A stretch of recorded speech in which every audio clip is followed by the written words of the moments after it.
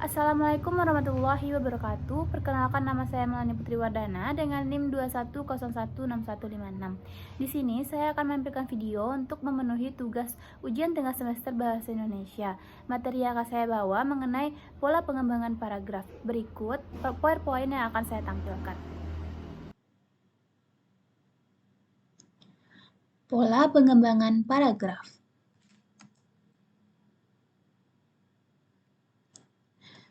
Panggilan saya adalah Lani, saya berasal dari Padang. Sekolah asal saya adalah Mandua Padang, kini saya berkuliah di Universitas Negeri Padang.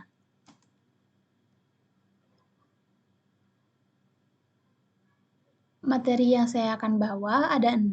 Yang pertama, pola pengembangan kronologis, pola pengembangan ruang, pola pengembangan logis.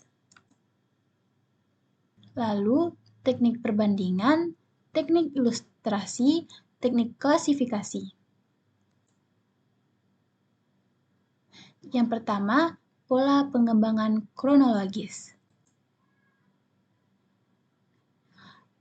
Apa itu pola pengembangan kronologis? Pola pengembangan kronologis merupakan teks eksplanasi yang disusun berdasarkan urutan waktu yang menjelaskan suatu proses terjadinya fenomena atau bagaimana urutan kejadian suatu peristiwa.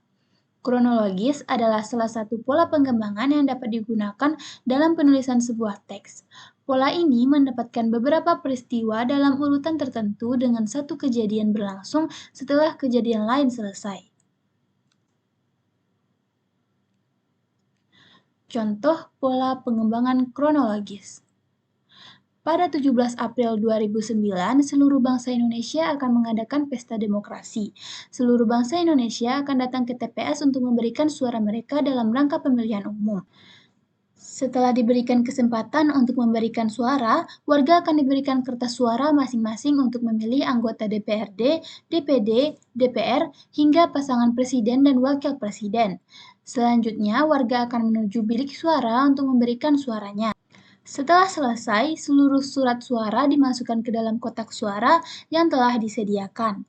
Langkah terakhir adalah warga diminta mencelupkan jari ke botol tinta yang sudah disediakan untuk menandai bahwa warga tersebut telah selesai memberikan suara dalam pemilu. Pola pengembangan ruang. Apa itu pola pengembangan ruang? Pola pengembangan paragraf yang didasarkan ruang dan waktu. Contoh pola pengembangan ruang. Orang utan dewasa dapat ditenggarai melalui ciri-cirinya.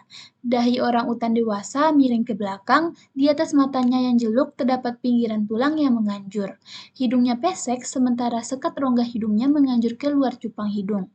Mulutnya menganjur seperti moncong, seperti bibirnya tipis dan pendek. Pola pengembangan logis.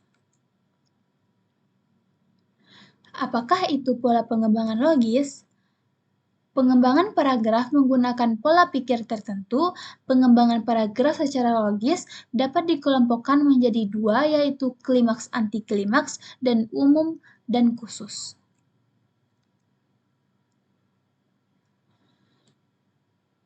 Contoh pola pengembangan logis. Bangunan itu terbagi dalam 4 ruang. Pada ruang pertama yang sering disebut dengan bangsal Sri Manganti, terdapat 2 pasang kursi kayu ukiran Jepara. Ruangan ini sering digunakan Adipati Sindungriwut untuk menerima tamu kadipaten. Di sebelah kiri bangsal Sri Manganti terdapat ruangan khusus untuk menyimpan benda-benda pusaka, kadipaten, dan cendera mata dari kadipaten-kadipaten lain. Ruangan ini tertutup rapat dan selalu dijaga oleh kesatria-kesatria terpilih Kadipaten Rengganeh. Ruangan tempat menyimpan benda-benda pusaka dan cendera mata ini sering disebut Kundalini Mesem. Agak jauh di sebelah kanan, ruang Kundalini Mesem terdapat di sebuah ruangan yang senantiasa menebarkan aroma dupa. Ruang ini disebut ruang pamujan karena tempat inilah sang adipati selalu mengadakan upacara dan kebaktian. Beberapa meter dari ruang pemujaan terdapat ruangan kecil dengan sebuah tempayan besar di tengahnya. Ruangan ini sering disebut dengan ruang reresik karena ruangan ini sering digunakan untuk membersihkan diri sang adipati sebelum masuk ke ruang pamujan. Teknik perbandingan. Apa itu teknik perbandingan? Paragraf perbandingan adalah bentuk paragraf yang dalam menjelaskan sesuatu dengan membandingkan dua hal yang memiliki kesamaan. Biasanya, paragraf perbandingan ini digunakan untuk menjelaskan objek yang saling bertolak belakang. Selain itu, paragraf yang perbandingan juga dapat digunakan untuk menjelaskan mengenai sifat atau karakter dua orang yang berbeda. Umumnya, hal-hal yang dibandingkan bisa lebih dari satu atau dua unsur. Ciri-ciri paragraf perbandingan yang pertama adalah paragraf perbandingan biasanya ditandai dengan kata sama, dengan serupa, dengan seperti halnya, demikian juga, sementara itu, dan sejalan dengan. Yang kedua, biasanya mengandung kata-kata yang bermakna pertentangan seperti akan, tetapi, bertentangan dengan, bertolak belakang, dari, berbeda dengan, dan lain halnya dengan.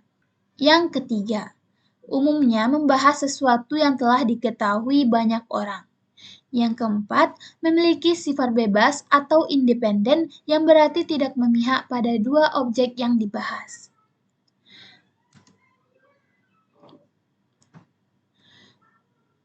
Contoh teknik perbandingan. Dalam dunia kuliner, seringkali kita melihat penggunaan lemon dan jeruk nipis sebagai salah satu bahan tambahan pada masakan. Jeruk nipis dan lemon ini merupakan buah-buahan yang berasal dari jenis yang sama, yaitu kelompok sitrus atau citrus. Selain itu, untuk bahan masakan, keduanya dapat dimanfaatkan untuk infused water, obat, bahkan juga bisa sebagai minyak esensial. Teknik ilustrasi.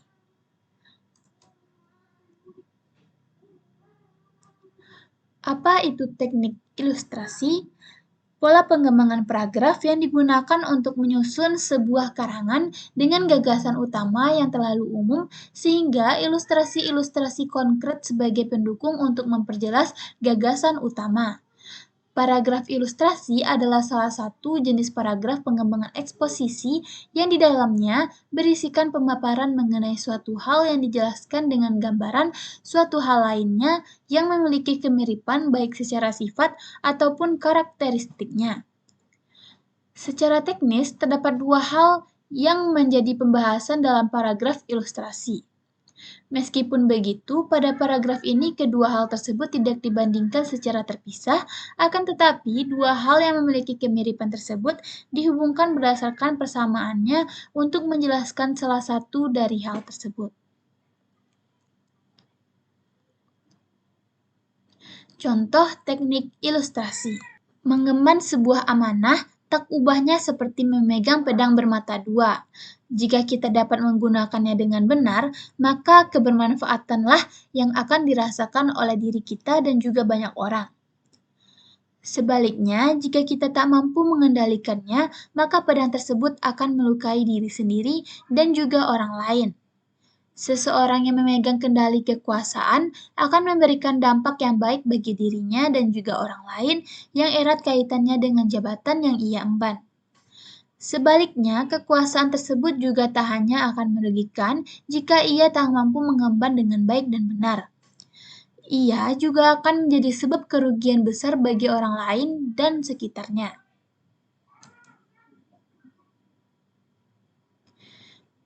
Teknik klasifikasi. Apa itu teknik klasifikasi? Pola klasifikasi adalah suatu pola dengan cara mengelompokkan berbagai hal atau objek yang dianggap memiliki kesamaan ke dalam satu kategori, sehingga hubungan di antara berbagai hal atau objek itu menjadi satu kesatuan yang utuh.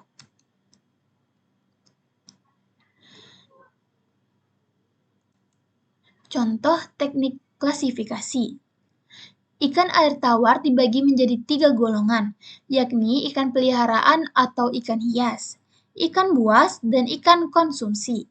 Ikan peliharaan atau ikan hias terdiri dari ikan-ikan yang mudah diperbanyak dan memiliki keindahan warna maupun bentuk. Contohnya, ikan koi, ikan mas, ikan arwana, dan lain-lain.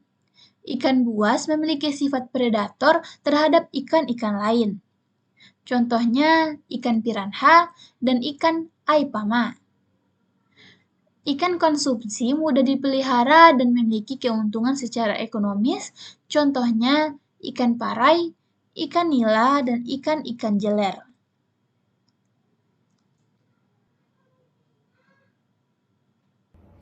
Baiklah, cukup sekian materi yang akan saya bawa. Semoga bermanfaat. Assalamualaikum warahmatullahi wabarakatuh.